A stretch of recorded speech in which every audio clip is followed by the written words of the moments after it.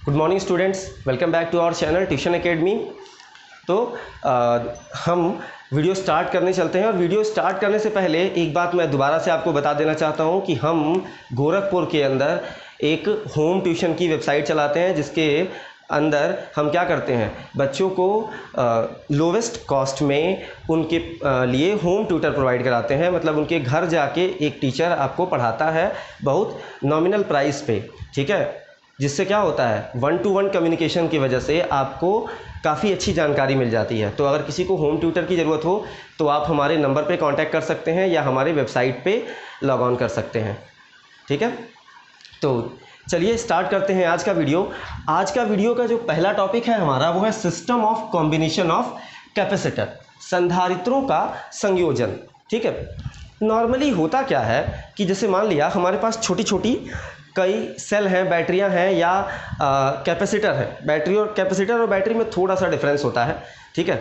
तो क्या होगा कि जो कैपेसिटर है, अगर हमको बहुत बड़े अमाउंट का बनाना है, ठीक है, तो हमको क्या करना पड़ेगा, ढेर सारे छोटे छोटे कैपेसिटर्स को ऐड करना पड़ेगा, ठीक है। तो उनको जोड़ने का कितना तरीका होता है, कितने तरीक़ों से हम उनको जोड़ सकते हैं और उनका फार्मूला क्या होता है, वैल्यू कैसे पता करेंगे जोड़ने के बाद कि कैपेसिटेंस कितनी हो गई, धारिता कितनी हो गई, ये कैसे पता करेंगे, इसके बारे में आज हम लोग पढ़ेंगे, ठीक है। तो चलिए शुरू करते हैं।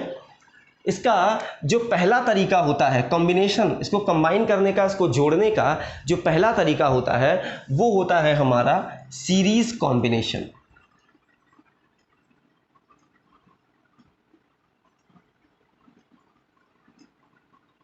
सीरीज कॉम्बिनेशन, ठीक है, हिंदी में बोलते हैं श्रेणी क्रम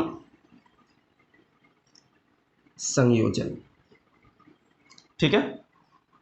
हम लोग क्या करेंगे, आज इसके बारे में पढ़ेंगे, ठीक है, ताकि ये चीज़ें पूरी क्लियर हो जाए। इसके बाद हम लोग नेक्स्ट वीडियो में इसके सेकेंड पार्ट को पढ़ेंगे। इसमें दो ही पार्ट्स होते हैं, एक सीरीज और एक पैरेलल, ठीक है।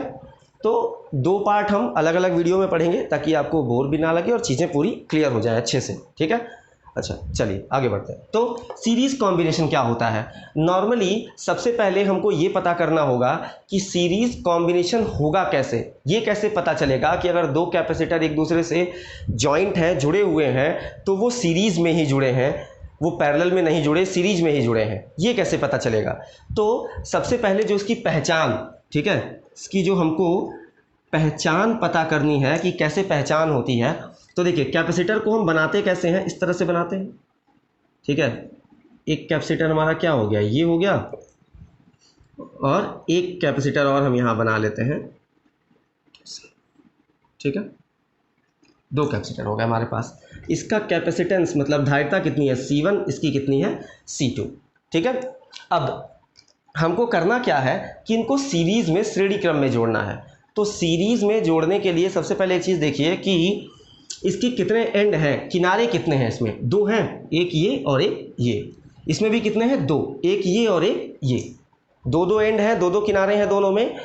अगर इन दोनों किनारों में से केवल और केवल एक किनारा, एक एंड जो है अगर आपस में जुड़ा हुआ है, ठीक है, दूसरा ध्यान रखिएगा, दूसरा आपस में जुड़ा नहीं होना चाहिए। जो दूसरा एंड है वो कहीं भी जुड़ा हो, ठीक है। नॉर्मली लोग कहते हैं कि इसका सेकंड और इसका फर्स्ट आपस में कनेक्टेड होना चाहिए, ठीक है। लेकिन यहाँ पे कई बार बच्चों को कन्फ्यूजन आ जाती है, सेकंड फर्स्ट समझने में दिक्कत होने लगती है, क्योंकि नए नए जब पहली बार पढ़ते हैं तो प्रॉब्लम आती है। इसलिए बिल्कुल सिंपल लैंग्वेज में आपको ये बता देता हूँ कि दोनों का केवल और केवल एक एंड आपस में जुड़ा होगा, ठीक है।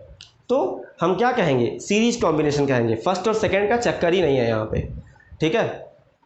तो क्या कोई भी एक एंड आपस में जोड़ दीजिए, चाहे ये वाला चाहे ये वाला, कोई दिक्कत नहीं है। हम क्या करते हैं, इन दोनों को, क्योंकि ये नज़दीक है, इजी है ऐड करना, तो इनको क्या करते हैं, ऐड कर देते हैं। अब ये दोनों यहाँ से क्या हो गए, जॉइंट हो गए, ठीक है, जुड़ गए। और देखिए दूसरा एंड क्या है, आपस में नहीं जुड़ा, ये दोनों या तो ओपन हो या किसी दूसरे डिवाइस से ऐड हो, लेकिन आपस में नहीं जुड़ा होना चाहिए। तो ये क्या हो जाएगा, सीरीज कॉम्बिनेशन हो जाएगा। देख लीजिए, ये या तो ये ओपन हो, ओपन देखिए ये भी सीरीज है, या फिर हम इसको इस तरह से ऐड कर दें, यहाँ पे क्या करें, एक बैटरी लगा दें, प्लस और माइनस V वोल्ट की बैटरी लगा दें, ठीक है। तो ये क्या हो जाएगा, अभी भी ये क्या है, सीरीज में है। क्यों? क्योंकि इसका और इसका एक एंड आपस में जुड़ा है, दूसरा इसका बैटरी से जुड़ा है, इसका भी दूसरा क्या जुड़ा है, बैटरी से जुड़ा है। ठीक है, ये दोनों जो सेकंड वाले एंड हैं वो दोनों क्या हैं, आपस में जुड़े नहीं हैं। ठीक है, तो ये क्या हो जाएगा, हमारा सीरीज कॉम्बिनेशन हो जाएगा, श्रेणी क्रम संयोजन हो जाएगा।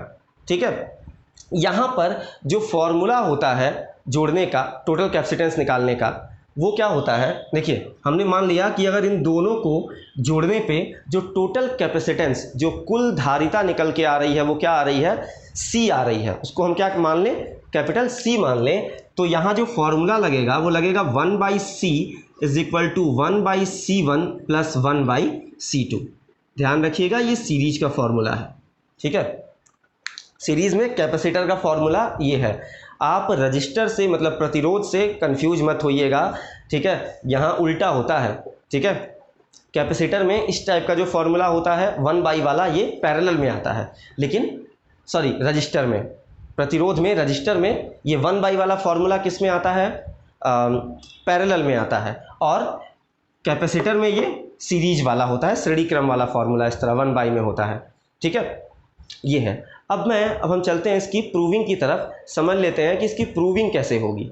ठीक है, प्रूविंग देख लेते हैं नॉर्मली। अब एक बात बताइए ज़रा, इस सर्किट में टोटल सप्लाई कितनी है, V वोल्ट की, और ये सप्लाई किस में डिवाइड होगी। एक बात आपको पहले से पता होगी, 10th में आपने पढ़ी होगी, या मैंने भी बताया हुआ है अपने वीडियोज़ में, या आज फिर बता देता हूँ कि कभी भी सीरीज में मतलब श्रेणी क्रम में अगर दो चीज़ें जुड़ी हुई हैं तो उनका वोल्टेज जो होता है, पोटेंशियल जो होता है वो क्या होता है, अलग अलग होता है, और उनमें जो करंट की वैल्यू होती है वो क्या होती है, सेम होती है। जितना करंट पहले में आएगा उतना करंट दूसरे में आएगा। ठीक है, लेकिन वोल्टेज दोनों में क्या होगा, अलग अलग होगा। ठीक है, तो यहाँ पे देख लीजिए, मान लिया, और ये दोनों के अक्रॉस जो वोल्टेज होगा किसके बराबर होगा, V के, क्योंकि जो सप्लाई अगर हम मान लिया हमने 10 वोल्ट की सप्लाई दी है और इसके पास 4 वोल्ट आ रहा है, इसके पास 6 वोल्ट आ रहा है, तो 4 और 6 मिला के ऐड करेंगे तो क्या आ जाएगा, टोटल सप्लाई के बराबर आ जाएगा। क्लियर है? ठीक है, तो यहाँ पे हम मान लेते हैं कि इस पहले वाले कैपेसिटर के अक्रॉस जो वोल्टेज है वो क्या है, V1, और दूसरे वाले कैपेसिटर के अक्रॉस वोल्टेज क्या है, V2। ठीक है, और ये V1 और V2 किसके इक्वल होगा, अगर हम फिगर से बात करें, यहाँ लिख देते हैं प्रूफ। ठीक है, प्रूफ कैसे करना है, तो बाई फिगर जो V होगा वो किसके इक्वल होगा, V1 प्लस V2 के। ठीक है, क्योंकि टोटल सप्लाई जो होगी वो इन्हीं दोनों में तो डिवाइड हो रही है, तो इन दोनों के वोल्टेजों को ऐड कर देंगे तो टोटल सप्लाई हमको मिल जाएगी।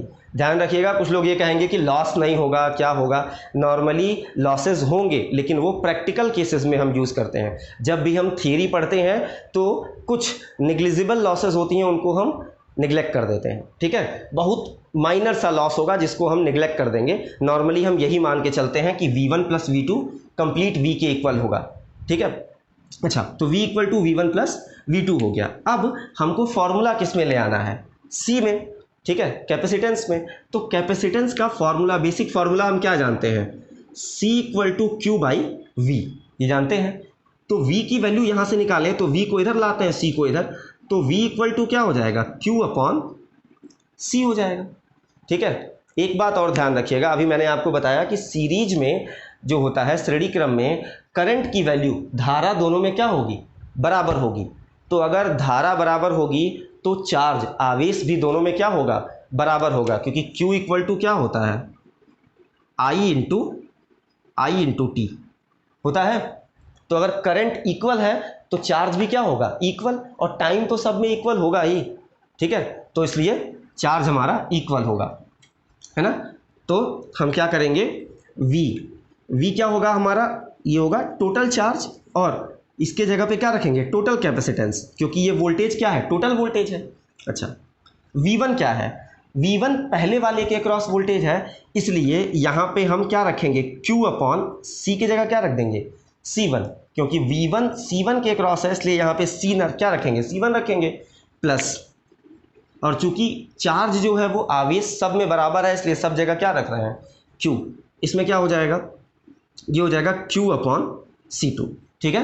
अब यहाँ देख लेते हैं Q अपॉन C, यहाँ से हम ऊपर से Q कॉमन ले लेते हैं तो ये बचेगा 1/C1 प्लस 1/C2। अब देखो ये Q यहाँ मल्टीप्लाई में है, अगर हम इसको इधर लाएंगे तो क्या आ जाएगा, डिवाइड में आ जाएगा। तो इस Q से ये Q क्या हो जाएगा, कैंसिल हो जाएगा। तो हमारे पास क्या बचेगा 1/C is equal to 1/C1 plus 1/C2, ये हो जाएगा। देखिए यही फॉर्मूला मैंने यहाँ लिख रखा था पहले से, ठीक है। तो ये इसकी क्या है, प्रॉपर प्रूविंग है। यहाँ से आपको ये पता चल जाता है कि ये फॉर्मूला आया कहाँ से, ठीक है। नॉर्मली लोग ये पूरी प्रूविंग आपको नहीं बताते हैं, ठीक है। तो मैंने आपको ये प्रूविंग बता दी है ताकि आपको ये पता चल जाए कि ये जो डायरेक्ट फार्मूला हम लोग पढ़ रहे हैं वो आता कहाँ से है, ठीक है। तो आशा करता हूँ कि आपको वीडियो पसंद आया होगा, और अगर वीडियो अच्छा लगा हो तो लाइक करें, कमेंट करें और अपने दोस्तों के साथ शेयर करें। इसका अगला पार्ट ज़रूर देखिएगा क्योंकि इसका जो सेकंड वाला है वो बहुत इंपॉर्टेंट है। दोनों को कंबाइन करके ही हम न्यूमेरिकल लगा पाएंगे, ठीक है। Thank you.